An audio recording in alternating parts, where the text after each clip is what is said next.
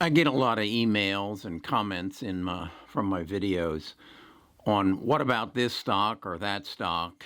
And I try to take the time as often as I can to do a little research, to look at some charts and learn more. Sometimes you ask me about stocks I know nothing about, and time is a restriction. But I got one interesting one that, what about Coke?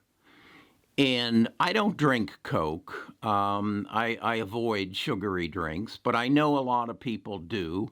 But I got to thinking about that because I recognized I can't find Coke in Whole Foods. We also here in the South have stores called Publix, and Publix has started a new store called Greenwise, and it's basically a takeoff on Whole Foods. It's their answer to Whole Foods.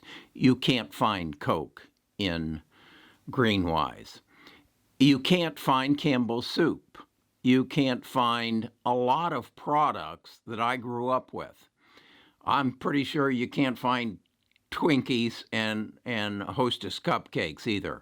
Something else that I don't eat. And I'm very proud to say I haven't eaten a donut in probably 15 years. I just don't think it's healthy, and so I avoid it. But so I went and I looked at some YouTube videos, and I found a video because I knew that Berkshire Hathaway is the largest holder of Coke stock. I think I heard Warren Buffett say something like he owns 4 million shares of Coca-Cola stock. So I went and I found a video of Warren Buffett at Coca-Cola's annual meeting, and he was talking, and he said, "I will never sell Coca-Cola stock." And I thought, I wonder if that's true. I wonder if Warren sees a future in Coca-Cola. Because I don't. I really don't. I think by virtue of the fact I can't find it in Whole Foods and Greenwise, and then I ask myself, is Coca-Cola going to change the way I live? Like I believe Amazon or Google or Apple or Facebook is going to change the way I live? Is Coca-Cola going to in any way fit into the digital society? Can they deliver Coke digitally to us? I don't think so. So I don't think it's going away, but is it a growth opportunity? And I looked at the charts and I saw that it's bounced around pretty heavily. It's had some heavy dives. It, of course, dove just like everything else did when the coronavirus came about, but it hasn't recovered. It hasn't recovered like the stocks that I like to buy. So I'm wondering, are there a lot of stocks that were the mainstays of the stock market and the fallbacks for years that are just going to kind of fade into the past? I also got a inquiry by Aditya, foreign gentleman, I'm not sure from where, but by the name, I believe it is. And he asked me about Lockheed Martin, or she, I'm not sure, and J.P. Morgan. And this is one of those that I'm really glad he or she, Aditya, asked me this. Because if in my mind, I said, well, Lockheed Martin is one of Boeing's largest competitors. And I know what's happened to Boeing. Boeing is on the ropes. They're financially teetering. But I know Airbus, and I believe Airbus is a French company, and Lockheed Martin are two major competitors. So I went to respond to Aditya's question, and I discovered that Lockheed Martin is a Defense Department stock. They're not only in aircraft, commercial aircraft, they're a major supplier of military aircraft, submarine, battleships. They are They are our Defense Department's probably number one client. Now, I then look at that and say, is that part of our world going to change? Is the Defense Department, which I believe is maybe the second or third line item on the federal government's expense report, is that going away? I don't think so. I think we still have some. I remember when I was growing up in the 50s in Champaign, Illinois, and I was probably somewhere about 10, 11 years old, and I was walking down the street, and I heard an airplane fly overhead.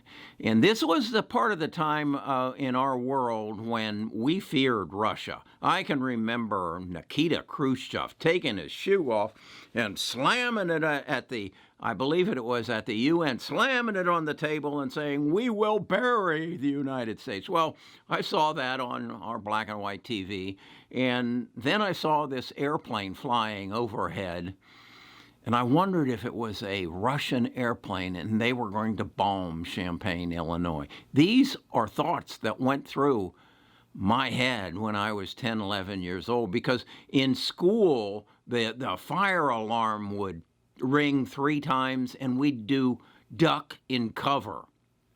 Duck and cover was when all of us little kids would duck down onto the floor and get under our desk in anticipation of Russia dropping a bomb on us. Well, think about putting a little heavy weight on a 10-year-old's head to go home and sleep with. Well, I don't think Lockheed Martin is going away.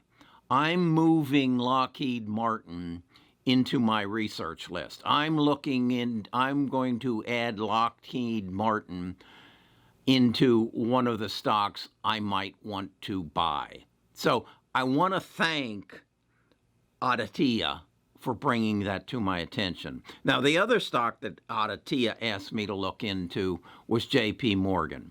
JP Morgan, of course, is a bank, and it's a financial industry. I come from the financial industry. I was in an industry that was born to supply the financial worries, or to answer the financial worries of the baby boomer generation. I made my fortune off of the baby boomers asking me to do financial planning for them, and then growing my practice to one of the largest in the Ameriprise system, and then selling it in 2005. Personally, I believe that industry is going to go away. Yes, I do. Because people like you are not attuned to going and paying a financial advisor a fee to do what you think you can do for yourself, and what you can do with the help of some talking heads that you find on YouTube. And I think that's the direction it's going. I also think, I experienced when I first started in the industry, I got paid 1.25% to perform a stock trade. That now goes for zero. That's how much I pay to do a stock trade on E-Trade. So that part of the industry has changed. So now they have gone to basically a fee-for-service business. That's something that I did, which basically means I advise you, and as your assets go up, my compensation goes up. But they still have these things that they call annuities and insurance that they make commissions off of. And I think that's going to go away.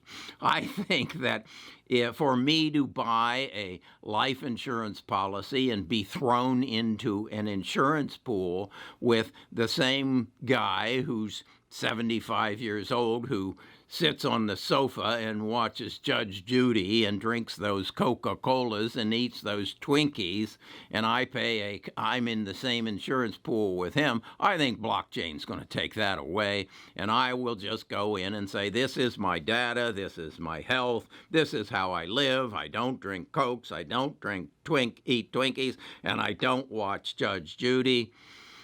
and I will be put in a pool with other people who live the way I do, and we will just insure each other.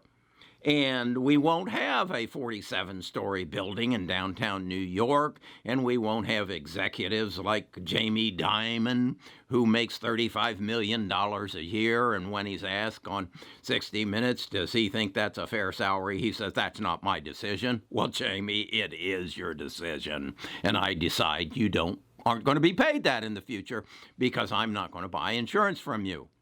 And I'm not going to do your banking because in the future, my banking's going to be done right here. And it'll either be done by Google, or it'll be done by Facebook, or it'll be done by Apple. And there will not be a need for a 34-story building in downtown New York with an executive that's paid $35 million a year to oversee the transactions, or that you won't need all those salesmen to sell me life insurance, or those people sitting in banks telling me that there is a fee for me to close down an account. Come on. That's going away. So, Aditya, no. Yes on Lockheed Martin, no on JP Morgan.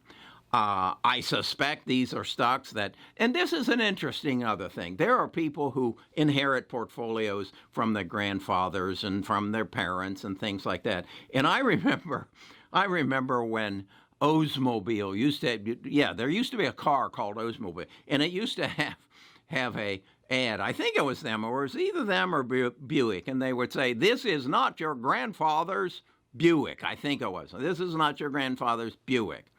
Well, J.P. Morgan, Goldman Sachs, all you people, this is not your grandfather's bank. This is not your grandfather's insurance company. But I will be buying J.P. Morgan. Okay, those are the kind of things that I like to share on my channel. I put out a daily letter, which basically will be telling you what price I'm going to try to buy Lockheed for. And I'm going to look and find the gap where I think it might come down to. And if you want to be a part of that, go to bestofusinvestors.com. Give me your email address, and I'll send you every morning a copy of my investment plan for the day.